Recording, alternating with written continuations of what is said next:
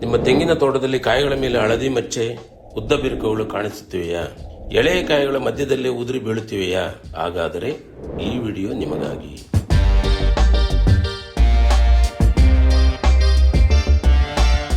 ನಮಸ್ಕಾರ ರೈತ ಬಾಂಧವರೇ, ಈ ಸಮಸ್ಯೆಗೆ ಪ್ರಮುಖ ಕಾರಣ ತೆಂಗಿನ ನುಸಿ.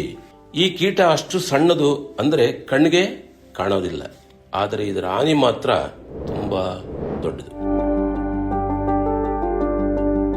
ಕರ್ನಾಟಕದಲ್ಲಿ ತುಮಕೂರು, ಹಾಸನ, ಮಂಡ್ಯ, ಮೈಸೂರು, ಚಿಕ್ಕಮಗಳೂರು ಜಿಲ್ಲೆಗಳು ಸೇರಿ ಸುಮಾರು 5.5 ರಿಂದ 6 ಲಕ್ಷ ಹೆಕ್ಟೇರ್ ಪ್ರದೇಶದಲ್ಲಿ ತೆಂಗು ಬೆಳೀತಾ ಇದ್ದಾರೆ. ಈ ಬೆಳೆಯ ಮೇಲೆ 8 ರಿಂದ 10 ಲಕ್ಷ ರೈತ ಕುಟುಂಬಗಳು ಅವಲಂಬಿತವಾಗಿವೆ. ಇಲಾಖೆಯ ಅಂದಾಜು ಪ್ರಕಾರ 2 ರಿಂದ 3 ಲಕ್ಷ ಹೆಕ್ಟೇರ್ ಪ್ರದೇಶದಲ್ಲಿ ತೆಂಗಿನ ನುಸಿಪೀಡೆ ಕಾಡ್ತಾ ಇದೆ. ಆರ್ಥಿಕ ನಷ್ಟ ನಾವು ನೋಡಕ್ ಹೋದ್ರೆ ಒಂದು ಮರಕ್ಕೆ ವರ್ಷಕ್ಕೆ ಸುಮಾರು 20 ರಿಂದ 40 ಕಾಯಿಗಳು ನಷ್ಟ ಆಗ್ತವೆ. ಒಂದು ಎಕರೆಗೆ ವಾರ್ಷಿಕವಾಗಿ ಸುಮಾರು 15,000 ರಿಂದ 40,000 ರೂಪಾಯಿಗಳಷ್ಟು ನಷ್ಟವನ್ನ ಇವತ್ತು ರೈತರು ಅನುಭವಿಸ್ತಾ ಇದ್ದಾರೆ. ರಾಜ್ಯ ಮಟ್ಟದಲ್ಲಿ ಲೆಕ್ಕ ಹಾಕಿದರೆ ಇದು 100 ಕೋಟಿ ರೂಪಾಯಿ ನಷ್ಟಕ್ಕೆ ಕಾರಣ ಆಗ್ತಾ ಇದೆ. ನುಸಿ ಹೇಗೆ ಹಾನಿ ಮಾಡ್ತದೆ ಅಂತಕ್ಕಂಥದ್ದು ನಿಮ್ಮ ಪ್ರಶ್ನೆ ಆಗಿರಬಹುದು. ಈ ಕೀಟ ಸಾಮಾನ್ಯವಾಗಿ 2 ರಿಂದ 6 ತಿಂಗಳ ಎಳೆಯ ಕಾಯಿಗಳಲ್ಲಿ ಕಾಣಿಸ್ತದೆ. ಇದು ಕಾಯಿಯ ಮೇಲಿರುವ ಪೆರಿಯಂತ್ ಅಂತಾರೆ, ಅಂದ್ರೆ ಮೇಲೆ ಆ ಒಟ್ಟಿರ್ತದಲ್ಲ, ಆ ಭಾಗದೊಳಗೆ ನುಗ್ಗಿ ಕಾಯಿಯ ರಸವನ್ನು ಹೀರ್ತದೆ. ಆ ಹೀರೋದರ ಪರಿಣಾಮ ಕಾಯಿಗಳ ಮೇಲೆ ಹಳದಿ ಅಥವಾ ಬಿಳಿ ಮಚ್ಚೆಗಳು ಸ್ಟಾರ್ಟ್ ಆಗ್ತದೆ. ನಂತರ ಉದ್ದವಾದ ಬಿರುಕುಗಳು ಬರ್ತದೆ. ಕೆಲವೊಮ್ಮೆ ಜೇನು ತುಪ್ಪದಂತಿರುವ ದ್ರವ ಕೂಡ ಹೊರಬರ್ತದೆ. ಸೊ ಎಳೆಯ ಕಾಯಿಗಳು ಉದುರಿ ಬೀಳುವ ಚಾನ್ಸಸ್ ಕೂಡ ಇರ್ತದೆ. ಒಂದು ವೇಳೆ ಈ ಕಾಯಿ ಮರದಲ್ಲಿ ಉಳಿದರೂ ಸಹ ಅದರೊಳಗಿನ ಕೊಬ್ಬರಿ ಪ್ರಮಾಣ ಕಡಿಮೆ ಆಗ್ತದೆ.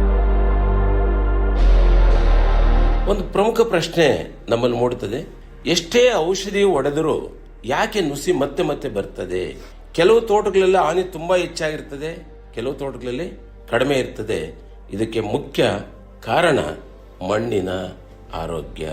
ಮಣ್ಣಿನ ಸಮಸ್ಯೆ ಹಲವಾರು ವರ್ಷಗಳಿಂದ ನಾವು ಮಾಡ್ಕೊಂಡ್ ಬಂದಿರತಕ್ಕಂಥ ಪದ್ಧತಿಯಲ್ಲಿ ಅತಿಯಾದ ರಾಸಾಯನಿಕ ಗೊಬ್ಬರಗಳ ಬಳಕೆ ಮತ್ತು ಸಾವಯವ ಪದಾರ್ಥಗಳ ಕೊರತೆ, ಇದರ ಜೊತೆಗೆ ಅತಿ ಹೆಚ್ಚು ನೀರು ಕೊಡ್ತಾ ಇರೋದು ಆಗಿರಬಹುದು.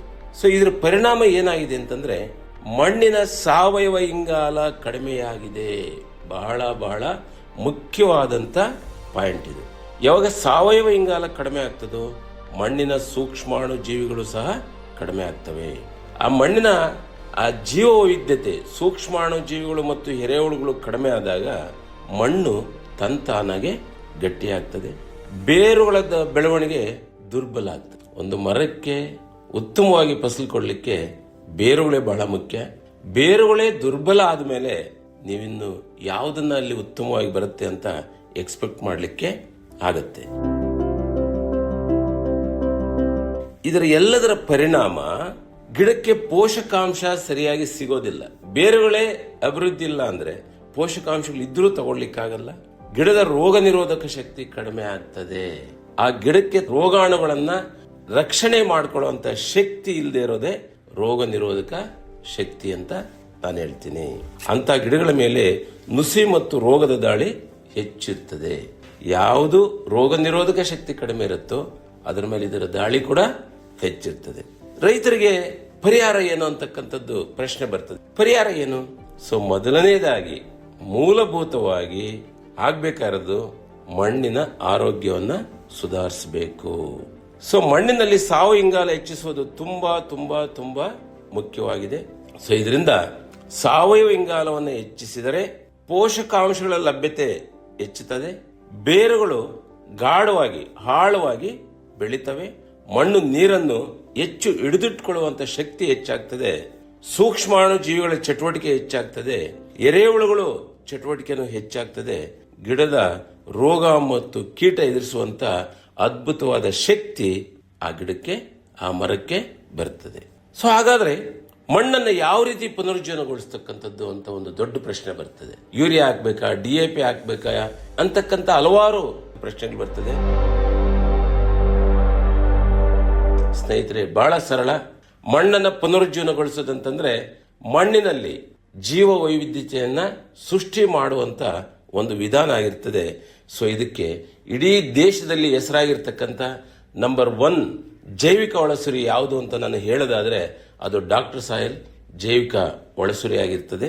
ಸೊ ಇದನ್ನ ಮಣ್ಣಿಗೆ ಕೊಡೋದ್ರಿಂದ ನಿಮ್ಮ ಮಣ್ಣಲ್ಲಿ ಎರೆಹುಳುಗಳು ಉತ್ಪತ್ತಿ ಆಗ್ತಾ, ಆ ಉಪಕಾರಿ ಸೂಕ್ಷ್ಮಾಣುಜೀವಿಗಳ ಸಂಖ್ಯೆ ಹೆಚ್ಚಾಗ್ತಾ, ಆ ಜೀವ ವೈವಿಧ್ಯತೆ ತ್ವರಿತವಾಗಿ ಹೆಚ್ಚಾಗಿ, ಸೊ ಆ ಗಿಡಕ್ಕೆ ಏನೆಲ್ಲ ರೋಗ ನಿರೋಧಕ ಶಕ್ತಿ ಕಡಿಮೆ ಆಗಲಿಕ್ಕೆ ತೊಂದರೆ ಆಗಿದೆಯೋ ಅದನ್ನೆಲ್ಲ ಸರಿಪಡಿಸ್ತಾ, ಆ ಮಣ್ಣನ್ನ ಸರಿಪಡಿಸ್ಕೊಳ್ತಾ, ಸೊ ನಿಮಗೆ ಈ ಸಮಸ್ಯೆಗಳಿಂದ ದೂರ ಆಗಲಿಕ್ಕೆ ಸಾಧ್ಯ ಇದೆ. ಸೊ ಇದನ್ನು ಹಾಕಿದಾಗ ಮಣ್ಣಿನ ರಚನೆ ಸುಧಾರಿಸ್ತದೆ, ಸೂಕ್ಷ್ಮಾಣುಜೀವಿಗಳ ಸಂಖ್ಯೆ ಹೆಚ್ಚಾಗ್ತದೆ, ಎರೆಹುಳುಗಳ ಸಂಖ್ಯೆ ಹೆಚ್ಚಾಗ್ತದೆ, ಮಣ್ಣಿನಲ್ಲಿ ಸಾವಯವ ಇಂಗಾಲ ಹೆಚ್ಚುತ್ತದೆ, ಪೋಷಕಾಂಶಗಳ ಗಿಡಕ್ಕೆ ಅವಶ್ಯಕತೆ ಇರುವಷ್ಟು ಪೋಷಕಾಂಶಗಳನ್ನ ಒದಗಿಸ್ಕೊಡ್ತದೆ. ಸೊ ಇಷ್ಟೆಲ್ಲ ಆದಾಗ ನಿಮ್ಮ ಬೆಳೆ ಕೂಡ ತುಂಬಾ ಚೆನ್ನಾಗಿ ಬರ್ತದೆ. ಸೊ ರೈತರಿಗೆ ನನ್ನ ಕಡೆಯಿಂದ ಒಂದು ಮುಖ್ಯ ಸಲಹೆ ಏನಂತಂದ್ರೆ, ನುಸಿ ನಿಯಂತ್ರಣಕ್ಕೆ ಔಷಧಿ ಹೊಡೆಯೋದು ತಪ್ಪಲ್ಲ, ಹೊಡಿಬೇಕು. ಆದರೆ ಔಷಧಿ ಮಾತ್ರ ಸಾಕಾಗೋದಿಲ್ಲ. ಸೊ ಮೊದಲನೇದಾಗಿ ನಿಮ್ಮ ಮಣ್ಣನ್ನು ಬಲಿಷ್ಠ ಮಾಡಬೇಕು, ಜೀವ ವೈವಿಧ್ಯತೆಯನ್ನ ಹೆಚ್ಚಿಸಿಕೊಳ್ಬೇಕು.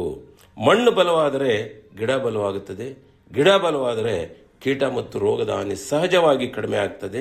ಈ ಮಾಹಿತಿ ನಿಮಗೆ ಉಪಯುಕ್ತವಾದರೆ ವಿಡಿಯೋಗೆ ಲೈಕ್ ಮಾಡಿ, ನಮ್ಮ ಚಾನಲ್ ಸಬ್ಸ್ಕ್ರೈಬ್ ಮಾಡಿ. ನಿಮ್ಮ ತೋಟದಲ್ಲಿ ಇನ್ನೇನೇ ಸಮಸ್ಯೆ ಇದೆ ಎಂದು ಕಾಮೆಂಟ್ನಲ್ಲಿ ತಿಳಿಸಿ. ಮಣ್ಣನ್ನು ರಕ್ಷಿಸಿ, ಬೆಳೆಯನ್ನು ರಕ್ಷಿಸಿ, ನಿಮ್ಮ ಆದಾಯವನ್ನು ಸುರಕ್ಷಿತಗೊಳಿಸಿ. ಧನ್ಯವಾದಗಳು.